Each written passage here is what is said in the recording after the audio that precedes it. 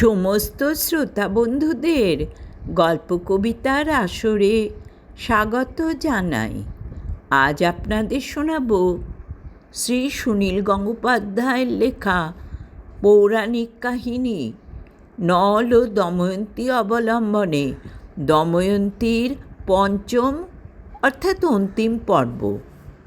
গল্প পাঠ ভালো লাগলে একটা লাইক দিয়ে শেয়ার করবেন, কমেন্ট করবেন।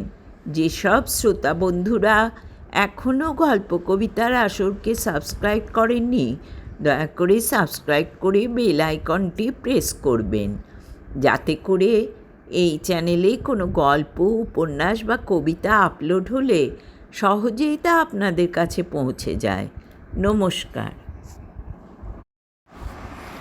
ঠিক সন্ধ্যা হবার আগেই নলের রথ প্রবেশ করল বিদর্ভ নগরীতে। প্রচণ্ড নির্ঘোষে দিকমণ্ডল কম্পিত করে সেই রথ এসে থামল রাজপ্রাসাদের সম্মুখে।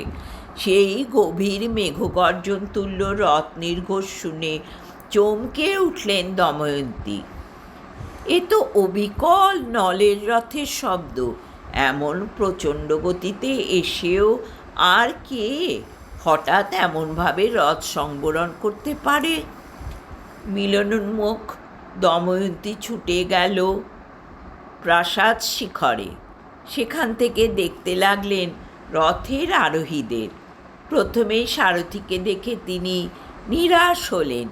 এই কুরূপ খর্বকায় ব্যক্তিটি তো সত্যি নল হতে পারে না কিছুতেই। রথ থেকে আর যারা অবতরণ করলো তাদেরও কারোর সঙ্গে নলের বিন্দুমাত্র মিল নেই। শোকে দুঃখে তিনি মূর্ছিতার মতন হয়ে পড়লেন সেখানে। মহারাজ ঋতুপর্ণ রাজপুরীর সামনে এসে খুবই অবাক হয়ে গেলেন। তিনি আশা করেছিলেন আরও অন্যান্য অনেক রাজার রথ সেখানে দেখতে পাবেন, অথচ বিদেশি সমাগমের চিহ্নমাত্র নেই। স্বয়ম্বর সভার জন্য কত রকম সাজ আড়ম্বর থাকে, তার কোনো উদ্যোগই দেখা যাচ্ছে না। এমন কি করে হলো? মহারাজ ভীম যখন সংবাদ পেলেন যে রাজা ঋতুপর্ণ হঠাৎ তার রাজধানীতে এসে উপস্থিত হয়েছেন, তিনিও তখন জাতপরণাস্তি বিস্মিত হলেন। সম্ভ্রান্ত বংশীয় প্রবীণ রাজা ঋতুপর্ণ এমনভাবে সহসা আসবেন কেন? নিশ্চয়ই কোনো গুরুতর কারণ আছে। মহারাজ ভীম বেরিয়ে এসে সাদর সম্ভাষণ করে বললেন, আসুন আসুন ঋতুপর্ণরাজ, আপনার পাদস্পর্শে আমার রাজ্য ধন্য হবে। নিশ্চয়ই কোনো বিশেষ কারণে আপনার এই আগমন। রাজা ঋতুপর্ণ আরও অপ্রতিভ হয়ে পড়লেন। মহারাজ ভীম স্বয়ম্বর সভার কথা কিছুই উল্লেখ করলেন না। তবে কি তিনি দূতের কথা শুনে ভুল করেছেন? এখন রাজা ভীম তার আগমনের কারণ জিজ্ঞেস করছেন, তিনি কি উত্তর দেবেন? তিনি জীবনে কখনো এমন লজ্জায় পড়েননি। তিনি আমতা আমতা করে বললেন, মহারাজ ভীম, আমি আপনার সঙ্গে সৌজন্যমূলক সাক্ষাৎ করতে এসেছি। এ কথা শুনে রাজা ভীমের বিস্ময় আরও বর্ধিত হলো। তিনি মনে মনে ভাবলেন, ইনি শত শত যোজন পথ অতিক্রম করে আমার সঙ্গে শুধু সাক্ষাৎ করতে এসেছেন। আমার সঙ্গে তো এর এমন কিছু আত্মীয়তা নেই। অশোগুলি চেহারা দেখে মনে হচ্ছে এরা ঊর্ধ্বশ্বাসে ছুটে এসছে। নিশ্চয়ই কোনো গূঢ় ব্যাপার আছে। রাজা ঋতুপর্ণের মুখে অপ্রস্তুত ভাব ও লজ্জার চিহ্ন দেখে রাজা ভীম তখনকার মতো প্রসঙ্গটি চাপা দেবার জন্য বললেন, রাজন, বহু দূরের পথ পার করে আপনি নিশ্চয়ই খুব পরিশ্রান্ত হয়ে পড়েছেন। এক্ষণে আপনি বিশ্রাম গ্রহণ করুন। আগামীকাল অন্য সব কথা বলা যাবে।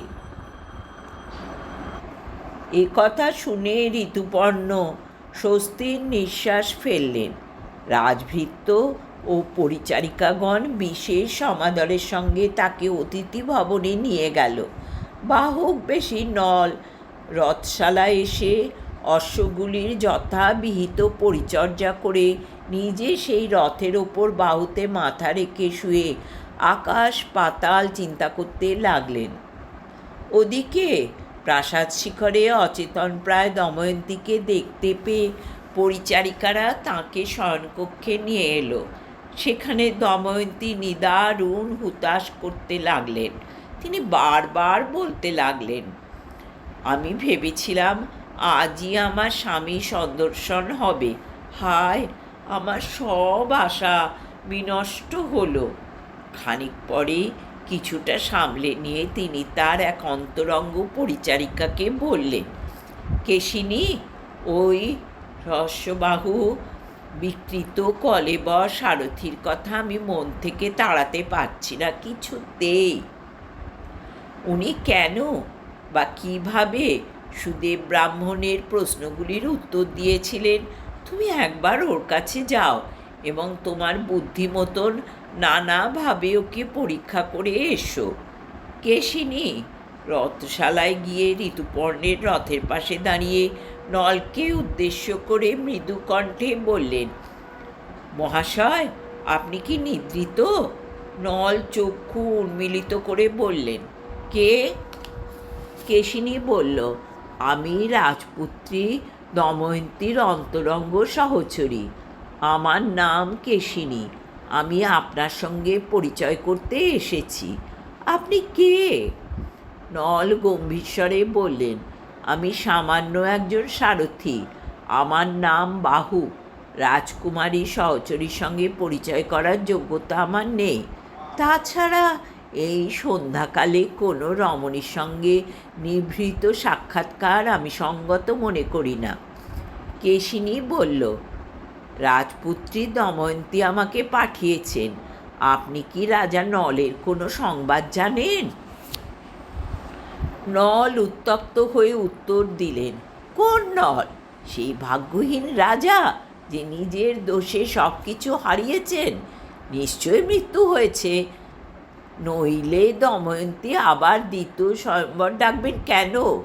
এখন তার সংবাদে দময়ন্তীর আর কী প্রয়োজন? বাহু, আপনি ভুল করছেন। স্বামীপ্রাণা দময়ন্তী এখনও অর্ধবস্ত্র পরিধান করে কঠোর জীবনযাপন করেন এবং সর্বদা নলের কথা স্মরণ করে রোদন করেন। সেই জন্যই বুঝি তিনি আবার স্বয়ম্বর আহ্বান করেছেন।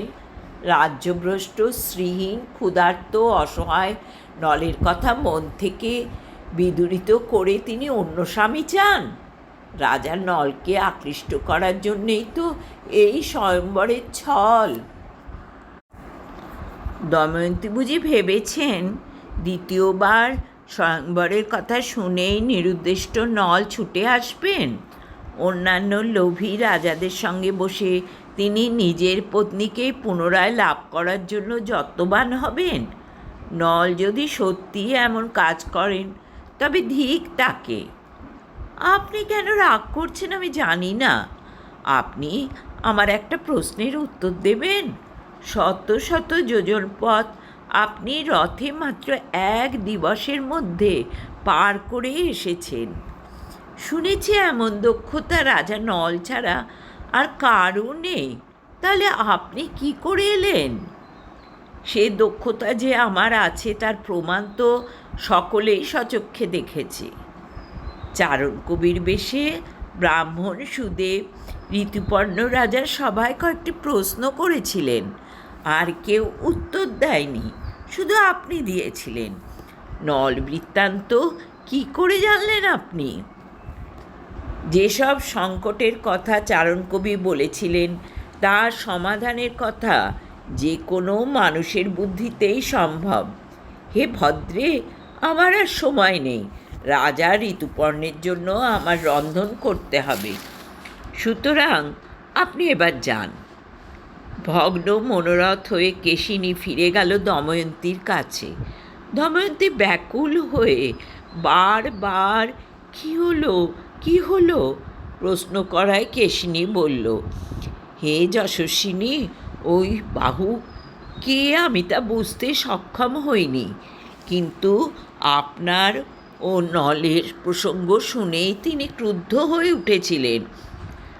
রথের অশ্ব পরিচালনা এবং চারণের উত্তরদান প্রসঙ্গ তিনি কৌশলে এড়িয়ে গেলেন।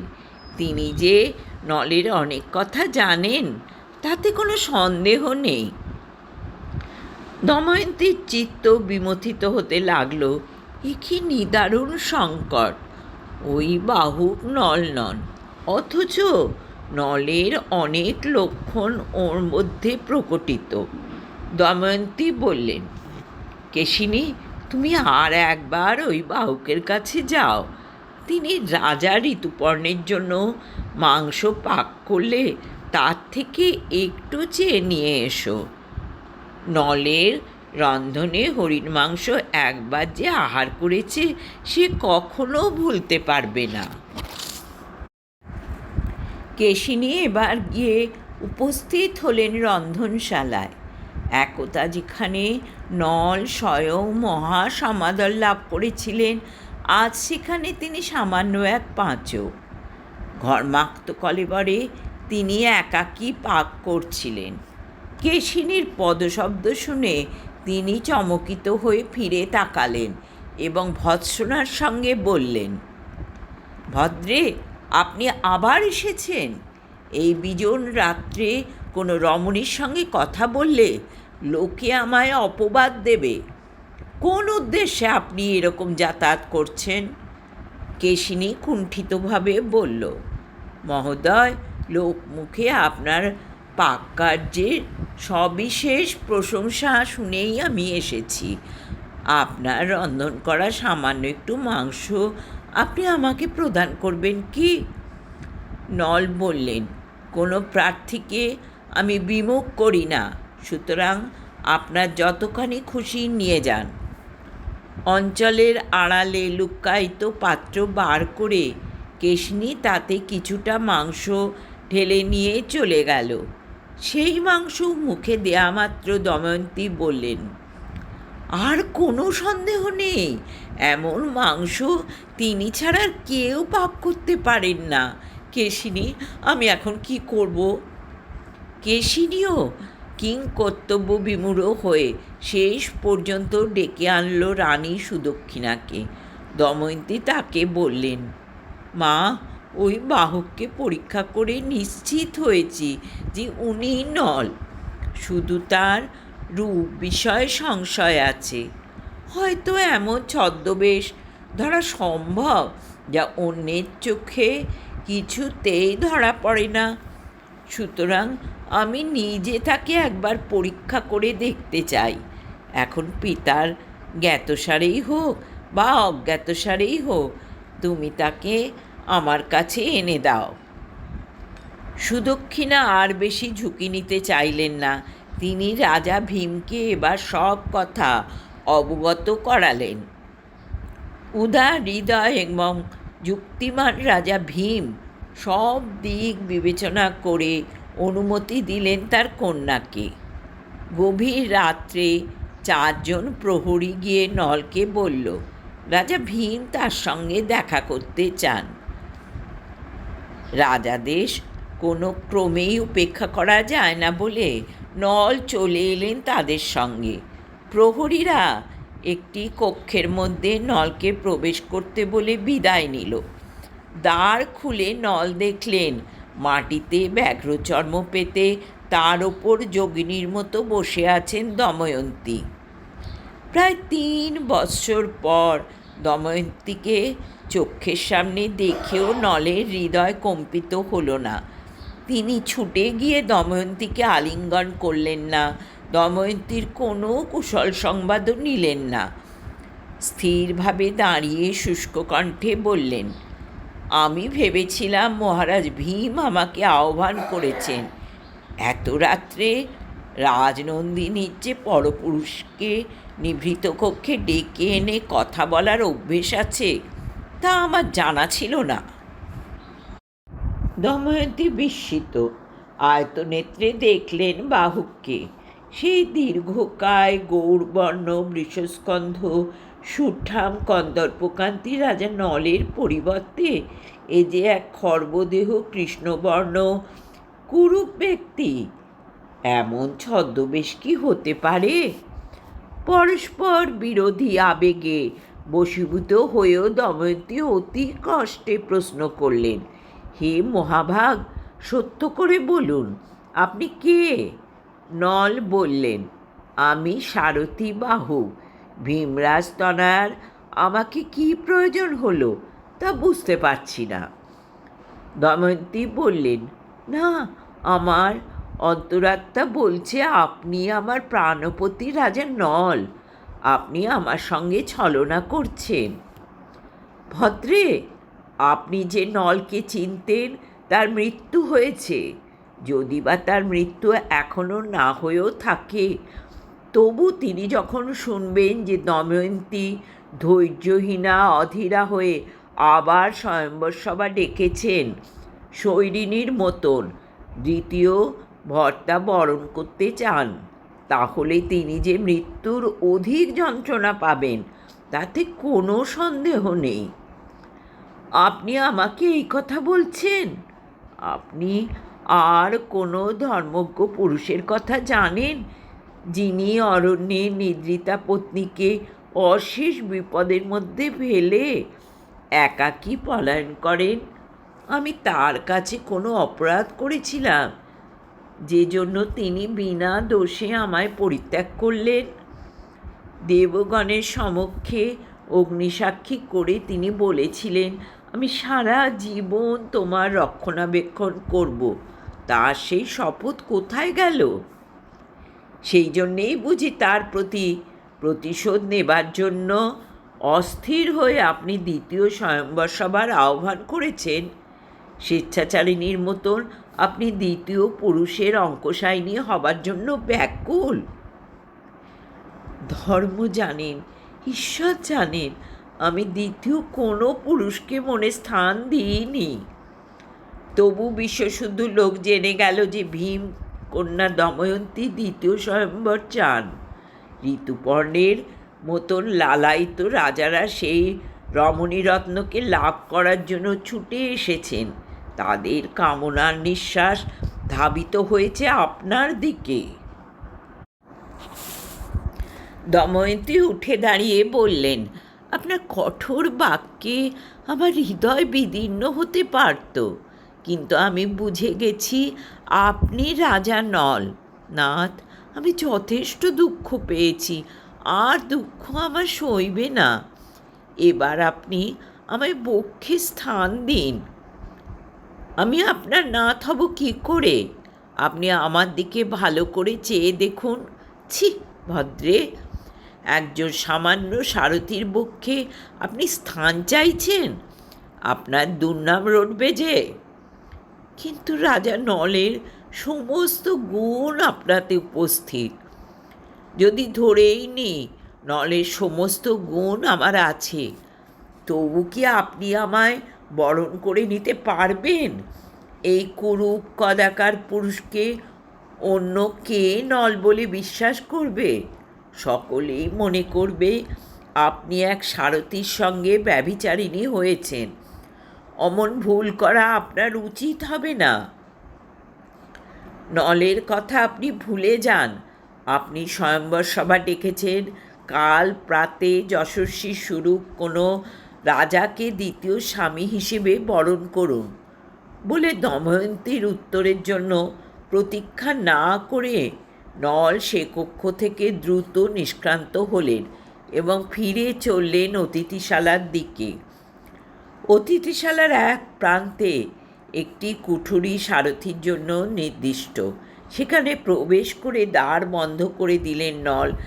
তারপর দুহাতে বক্ষ চেপে চক্ষু বুজে দাঁড়িয়ে রইলেন।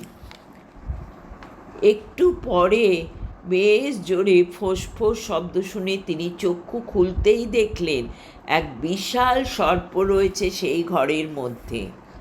চমকিত ও ভীত হয়ে নল পিছিয়ে যাবার উপক্রম করতেই সেই নাগ বলে উঠল, মহারাজ, ভয় পাবেন না। আমায় চিনতে পারছেন না? আমি সেই কর্কটক। বেশ একটা চরম মুহূর্তে আমি উপস্থিত হয়েছি আপনাকে একটা সংবাদ জানাতে। নল জিজ্ঞাসা করলেন, কী সংবাদ? কর্কটক বলল, আপনাকে আমি দংশন করেছিলাম, মনে আছে নিশ্চয়? যেহেতু আপনাকে হত্যা করার বাসনা আমার ছিল না, তাই পূর্ণ বিষ ঢালিনি। অর্ধেক বিষের প্রভাবে আপনার রূপ বিকৃত হয়ে গিয়েছিল। সেই বিষের প্রভাব অন্তর্হিত হবার সময় এসেছে। অচিরেই আপনি পূর্ব রূপ ফিরে পাবেন। নল চিৎকার করে বললেন, না না, আমি আর সেই রূপ ফিরে পেতে চাই না। আমি এই অবস্থাতেই বেশ আছি। আমি বাহক হয়েই থাকতে চাই। কর্কটক বললেন, তা বললে কি হয় মহারাজ? এই সময় আপনার রূপ ফিরে এলেই তো খেলা জমবে। নল বললেন, হে কর্কটক, আমি রাজ্য থেকে আগে চলে যাই, তারপর না হয় আমার রূপ ফিরে আসুক। এখানে আমার পরিচয় কেউ জানুক আমি চাই না। কর্কটক বললেন, মহারাজ, ভবিতব্যকে খণ্ডাবে কে? এবার দ্বার খুলে দিন, আমি বিদায় নিই। পরদিন অতি প্রত্যুষে নল তার কুঠুরির দ্বারে করাঘাত শুনতে পেল। ঘুম জড়িত চক্ষে দ্বার খুলে দিতেই এক বালক ও বালিকা সেখানে দণ্ডায়মান। নিজের পুত্রকন্যাকে দেখা মাত্র নল সব কিছু বিস্মিত হয়ে তাদের বক্ষে তুলে নিয়ে স্নেহচুম্বন দিতে লাগলো। তারাও পিতা পিতা বলে ডেকে উঠল। রাত্রির মধ্যেই যে তার শরীর পরিবর্তিত হয়ে পূর্বরূপ ফিরে এসেছে, সে কথা নল তখনও জানেন না। পুত্র কন্যা তাকে কিভাবে চিনল, এই কথা চিন্তা করতে করতেই তিনি দেখলেন অদূরে দাঁড়িয়ে আছেন দময়ন্তী। পুত্রকন্যাকে বক্ষ থেকে নামিয়ে দিয়ে নল বললেন, ভদ্রে, যে কোনো বালক বালিকাদের দেখলে আমার মনে এমনই স্নেহ জাগে, তাই আমি ওদের আদর করেছিলাম। আমি ওদের কেউ নই। দময়ন্তীর আজ অন্য সাজ। সেই অর্ধবসন পরিত্যাগ করে আজ তিনি নববধূর মতন উত্তম বসনে বিভূষিতা হয়েছেন। শরীর ভরা অলঙ্কার, হাতে একটি সুগন্ধ পুষ্পমাল্য। স্মিত হাস্যে দময়ন্তী বললেন, মহারাজ, আপনি বারবার স্বয়ম্বর সভার কথা বলছিলেন। আজ উষা লগ্নে আমার স্বয়ম্বর। আমি আপনাকে বরণ করতে এসেছি। আপনি আমাকে ধন্য করুন। নল বললেন, হে রূপসী, আপনি ভুল জায়গায় এসেছেন। রাজা ঋতুপর্ণ অতিথিশালার কক্ষে শুয়ে আছেন। আপনার পরিচারিকারা আপনাকে পথ দেখিয়ে সেদিকে নিয়ে যেতে পারবে। এবার দময়ন্তীর চক্ষু জ্বলে উঠল। তিনি তেজের সঙ্গে বললেন, আর্যপুত্র, আপনি এখন আমাকে এরকম হীন কথা বলতে পারলেন? আমি দেবতাদেরও উপেক্ষা করে আপনাকে গ্রহণ করেছি, সে কথা আপনার স্মরণ নেই? আপনার যে রূপ পরিবর্তিত হয়েছে সে কথা না জেনেই আমি আজ আপনার কাছে এসেছি। পুত্র কন্যার সঙ্গে নিয়ে কোনো নারী স্বয়ম্বর সভায় যায়? তবু আপনি আমার প্রতি এরূপ অনুচিত সন্দেহ প্রকাশ করছেন বলে আমি এই দণ্ডেই, এই স্থলেই প্রাণত্যাগ করব। হাতের মালা খসে পড়ল। দময়ন্তীর শরীর বেতসপত্রের মতন কম্পিত হতে লাগল। সংজ্ঞাহীনা হয়ে তিনি ভূমিতে পড়ে যাবার আগেই নল দুবাহু বাড়িয়ে তাকে ধরে ফেললেন। অনুতপ্ত কণ্ঠে বললেন, দময়ন্তী, তুমি আমার, তুমি শুধুই আমার।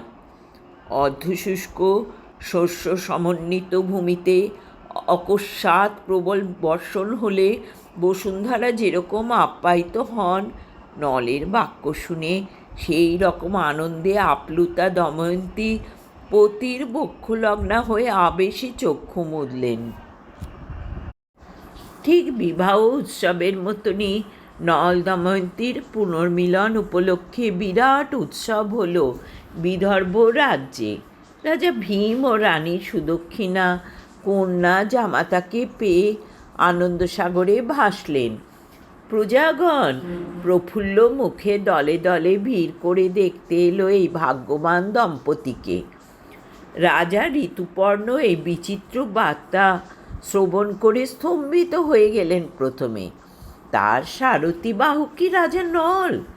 তিনি এলেন দময়ন্তীর স্বয়ম্বরে, আর তার সারথি জয় করে নিল সেই রমণী শ্রেষ্ঠাকে। নলের সঙ্গে নিভৃতে সাক্ষাৎ করে তিনি বললেন, হে মহারাজ, আপনি যে ছদ্মবেশে আমার আলয়ে অজ্ঞাতবাস করেছিলেন এমন আমি ঘুণাক্ষরেও সন্দেহ করিনি। আপনি আমার সারথি থাকাকালীন আমি যদি কোনো অন্যায় ব্যবহার করে থাকি সেজন্য আপনি আমায় ক্ষমা করবেন।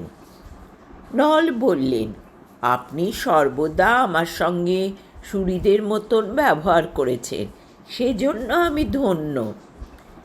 ঋতুপর্ণ বললেন, ভাগ্যিস আমি আপনাকে আগেই জানিয়ে দিয়েছিলাম যে দময়ন্তীকে লাভ করার তেমন কোনো বাসনা আমার নেই। আমি স্বয়ম্বরের নিমন্ত্রণ পেয়ে এসেছিলাম নিতান্ত নিয়ম রক্ষার্থে। এ কথা আপনাকে বিশ্বাস করতেই হবে। আর এও বিশ্বাস করুন যে আপনাদের দুর্ভাগ্যের অবসান হওয়ায় এবং পুনর্মিলনে আমি প্রকৃতই খুশি হয়েছি। নল বললেন, এ আপনারই যোগ্য কথা, কিন্তু মহারাজ, আপনি যে আমায় সংখ্যা নিরূপণ বিদ্যা শিক্ষা দেবেন বলেছিলেন সে কথা কিন্তু ভুলিনি। ঋতুপর্ণ বললেন, বেশ, আমি আপনাকে সংখ্যানবিদ্যা এবং অক্ষ পরীক্ষা দেব, তার বদলে আপনি আমায় অশ্ব পরিচালনার বিদ্যা দিন। তখন দুজনে পরস্পরের জ্ঞান বিনিময় করলেন এবং রাজা ঋতুপর্ণ ইষ্ট মনে বিদায় নিয়ে নিজ রাজ্যের উদ্দেশ্যে যাত্রা করলেন পরদিন। বিদর্ভ রাজ্যে কিন্তু ভোগ সম্ভোগের মধ্যে থেকেও নলের মন অস্থির হয়ে রইল। রাজ্যহীন হয়ে রাজ জামাতা সেজে থাকার মধ্যে কোনো সম্মান নেই। পূর্বের রূপ ফিরে পাবার পর থেকেই নলের শরীরে ও মনে যেন নতুন শক্তি এসেছে। তার আত্মবিশ্বাস ফিরে এসেছে বহুগুণ হয়ে। কয়েকদিনের মধ্যেই তিনি যাত্রা করলেন নিজ রাজ্যের দিকে। দময়ন্তী ও পুত্রকন্যাদের তিনি রেখে যেতে চেয়েছিলেন, কিন্তু দময়ন্তী সে প্রস্তাবে কিছুতেই সম্মত হলেন না। নল তখন রাজা ভীমের কাছ থেকে 16টি হস্তি, 50টি অশ্ব, 600 পদাতিক এবং সেই অনুপাতে স্বর্ণমুদ্রা ঋণ হিসেবে নিয়ে প্রবল উৎসাহে মেদিনী কাঁপিয়ে ফিরে চললেন নিষদ রাজ্যে। রাজ্যের সীমানা প্রান্তে এসে নল কয়েকজন বিশ্বস্ত অনুচরের সঙ্গে সেখানেই দময়ন্তীকে অপেক্ষা করতে বলে নিজে চললেন রাজধানীতে। হৃত রাজ্য পুনরুদ্ধার করে তিনি দময়ন্তীকে নিয়ে যাবেন। রাজা পুষ্কর নিশ্চিন্ত মনে রাজ্য সুখ ভোগ করছিলেন। হঠাৎ তার সভায় কালান্তকের মতন এসে উপস্থিত হলেন রাজা নল। তিনি হুঙ্কার দিয়ে বললেন, নৈষদ, আমি পুনর্বার দ্রুতক্রীড়ার জন্য এসেছি। আমার সঙ্গে প্রচুর ধন সম্পদ আছে, তুমি প্রস্তুত হও। পুষ্কর বললেন, আপনি আহ্বান করলেই যে আমি আবার দ্রুতক্রীড়ায় বসব তার কি কোনো অর্থ আছে? আমি যদি সম্মত না হই? নল তখন সভাস্থ বিশিষ্ট নাগরিকদের দিকে দৃষ্টিপাত করে তাঁদের সাক্ষী রেখে বললেন, পুষ্কর, তাহলে তোমার আর একটাই পথ খোলা আছে। রাজাদের ধর্ম এই যে নষ্ট রাজ্য পুনরুদ্ধারের জন্য তারা আপ্রাণ যত্নবান হন। অন্যের ধন সম্পত্তি ও রাজ্য জয় করলেও প্রতিপণ দিতে হয়। এখন হয় তুমি আমার সঙ্গে রাজ্য বাজি রেখে দ্রুতক্রীড়া, অথবা আমার সঙ্গে দ্বন্দ্বযুদ্ধে অবতীর্ণ হও। অন্য কারো সহায়তা না নিয়ে তুমিও আমি রথারোহণ করে যুদ্ধে প্রবৃত্ত হব। এতে তোমারও প্রাণ যেতে পারে। জীবিত থেকে যে জয়ী হবে সেই রাজা হবে। সভাসদবৃন্দ বললেন, রাজধর্ম অনুসারে এই দুটির একটি পদ বেছে নেওয়াই রাজা পুষ্করের কর্তব্য। পুষ্কর দ্বন্দ্বযুদ্ধে রাজি নন, কারণ নলের ক্ষমতা তিনি জানেন।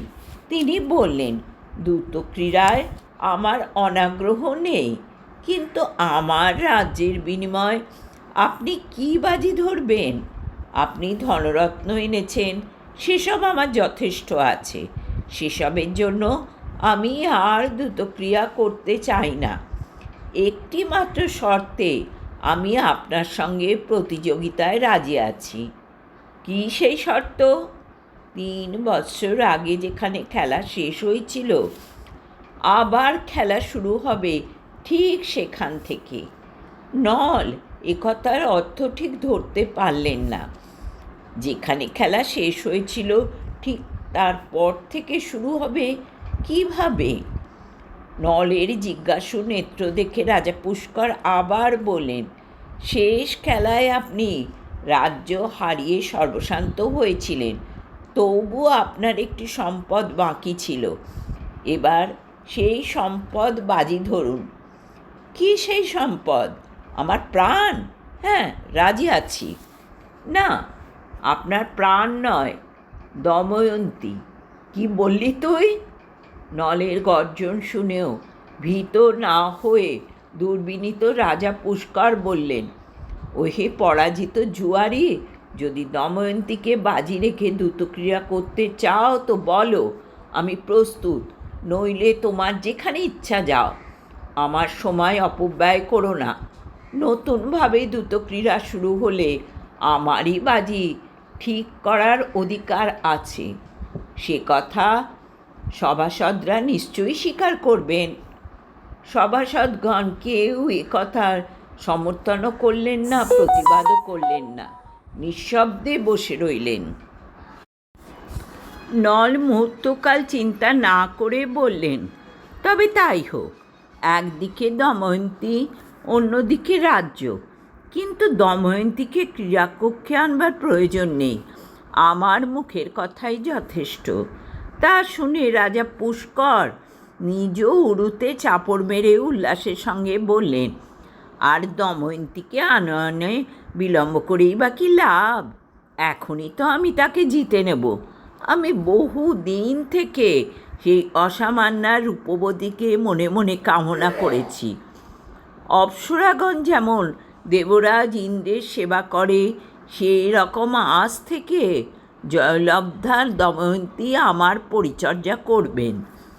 রাজা পুষ্করের এরকম দুঃশীল বাক্য শুনে নল আর থাকতে পারলেন না। তখনই খড়গ তুলে পুষ্করের শিরচ্ছেদ করার জন্য ধেয়ে গেলেন। পুষ্কর সভাসদদের দিকে চেয়ে বললেন, আপনারাই দেখুন, এই ব্যক্তি খড়গ তুলে দ্রুত ক্রীড়া করতে চায়। এই তো এর রাজধর্ম জ্ঞান। কয়েকজন সভাসদ উঠে দাঁড়িয়ে নলের উদ্দেশ্যে বললেন, হে মহাভাগ, অযথা কলহে কোনো কিছুই নিষ্পত্তি হবে না। আপনারা দুজনে বরং দ্রুত ক্রিয়া শুরু করুন। তখন ক্রীড়ার জন্য আসন সজ্জিত হলো। পুষ্কর মনে মনে কলি দেবতার সাহায্য প্রার্থনা করলেন, কিন্তু কলি আর এলেন না। নিরপরাধ নল ও দময়ন্তীকে কষ্ট দেয়ায় কলি অন্য দেবতাদের কাছে ভর্ৎসিত হয়ে আছেন। পুষ্করের ডাক তিনি অগ্রাহ্য করলেন। পুষ্কর নিজের অক্ষর সামনে রাখতেই নল ঋতুপর্ণের কাছ থেকে আয়ত্ত করা বিদ্যার গুণে বুঝতে পারলেন যে ওই অক্ষগুলির মধ্যে কূট কৌশল করা আছে। সেগুলি তিনি মাটিতে আছাড় ফেলে দিয়ে নিজের অক্ষ বার করে সমস্ত সভাসদদের পরীক্ষা করতে দিলেন। সকলে সেগুলো দেখে দোষশূন্য বলে স্বীকার করতেই নল তার অক্ষের দান দিয়ে বললেন, এই জিতলাম। সত্যই তার জয় হলো। সভাসদগণ তার জয় ঘোষণা করলেন। পুষ্করের মুখমণ্ডল পাংশুবর্ণ ধারণ করল। জয়ী হবার পরও ক্রোধোন্মত্ত নল লম্ফ দিয়ে এগিয়ে এলেন, পুষ্করের কণ্ঠ চেপে ধরে বলে উঠলেন, ওরে দুরাচার, তুই অলোক সামান্য দময়ন্তীর সম্পর্কে কুকথা বলেছিস, আমি কালই তোর প্রাণদণ্ড দেব। নলকে সভাসদগণ রাজ্য সিংহাসনে বসালেন। সংবাদ ছড়িয়ে পড়ল বিদ্যুৎ গতিতে। ধৃতিমান দানশীল পুণ্যাত্মা নলকে আবার রাজারূপে ফিরে পেয়ে প্রজারা জয়ধ্বনি করতে লাগল সারা রাজ্য জুড়ে। ভিখারিনীর মতো চলে গিয়েছিল দময়ন্তী। আবার নিঃস্ব দেশের মহামান্যা রাজরানী হয়ে তিনি এ রাজ্যে প্রবেশ করলেন। আনন্দের রাত্রিটি পার হবার পরদিন সকালে রাজা নল যখন পুষ্করের জনসমক্ষে মৃত্যুদণ্ড দেবার ব্যবস্থা করছেন, তখন দময়ন্তী তাকে বিরলে ডেকে গিয়ে বললেন, মহারাজ, আপনার কাছে আমার একটা প্রার্থনা আছে। রাজা নল বললেন, হে কল্যাণী, তোমাকে অদেও আমার কিছুই নেই, একটি কেন, তুমি শত প্রার্থনা করতে পারো, সবই তো তোমার। দময়ন্তী বললেন, আমার মোটে একটি প্রার্থনা আছে, কথা দিন আমায় বিমুখ করবেন না, বলো। আপনি পুষ্করকে ছেড়ে দিন। রাজা নল প্রস্তর মূর্তির মতো স্থির হয়ে গেলেন।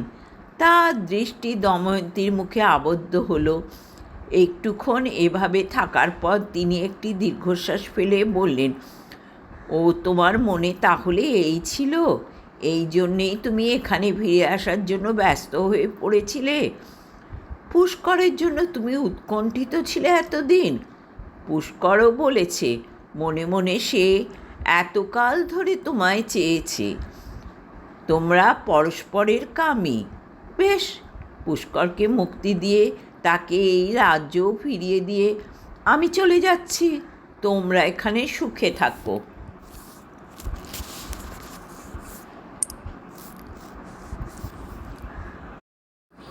দময়ন্তী এগিয়ে এসে নলের বাহু স্পর্শ করে সহাস্যে বললেন, আর্যপুত্র, আপনার এ প্রকার কথা শুনে আমি অভিমান করব না। আমি বুঝে গেছি অতি প্রণয় বলেই আপনি এরকম আচরণ করেন। আপনার যে এত ঈর্ষা, আমার মুখে অন্য পুরুষের নাম উচ্চারণ কিংবা অন্য পুরুষের মুখে আমার নাম উচ্চারণ পর্যন্ত যে আপনি সইতে পারেন না, তার কারণ আপনি আমাকে খুব বেশি ভালোবাসেন। শেষ পর্যন্ত আপনি ভাবলেন কি না আমি পুষ্করে আসক্ত? হায় হায় হায় হায়, আর্যপুত্র, আমি হাস্য সংবরণ করতে পারছি না। ঈষৎ অপ্রস্তুত হয়ে রাজা নল বললেন, দময়ন্তী, তোমার সম্পর্কে এমন অযথা সন্দেহ করা আমার অনুচিত হয়েছে। তুমি ঠিকই বলেছ, আমি বেশি বেশি ঈর্ষাপরায়ণ। দেখো, তোমার প্রতি আমার আকর্ষণ এত বেশি যে আমি জীবনে আর অন্য কোনো নারীর দিকে ভালোভাবে দৃষ্টিপাত পর্যন্ত করি না। সেই জন্যেই অন্য কেউ তোমাকে মনে মনে কামনা করছে জানতে পারলে আমার সহ্য হয় না। দময়ন্তী বললেন, হে কীর্তিমান, আমি আর একটা কথা বলি। শুধু ভালোবাসা মানুষকে যন্ত্রণা দেয়, তার সঙ্গে স্নেহ, দয়া, মায়া, ক্ষমা গুণ মেলাতে হয়।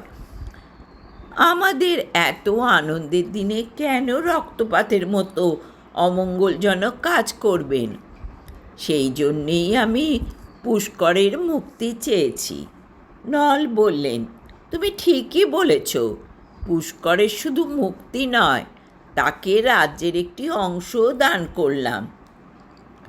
দময়ন্তী বললেন, আমাদের পরস্পরের হৃদয় তো আমরা আছি, আমাদের আর বাইরের দিকে তাকাবার দরকার কি? ভালোবাসা তো হৃদয়ই আবদ্ধ। নল বললেন, তথাস্তু, আজ থেকে আমি অন্তর্মুখী হলাম।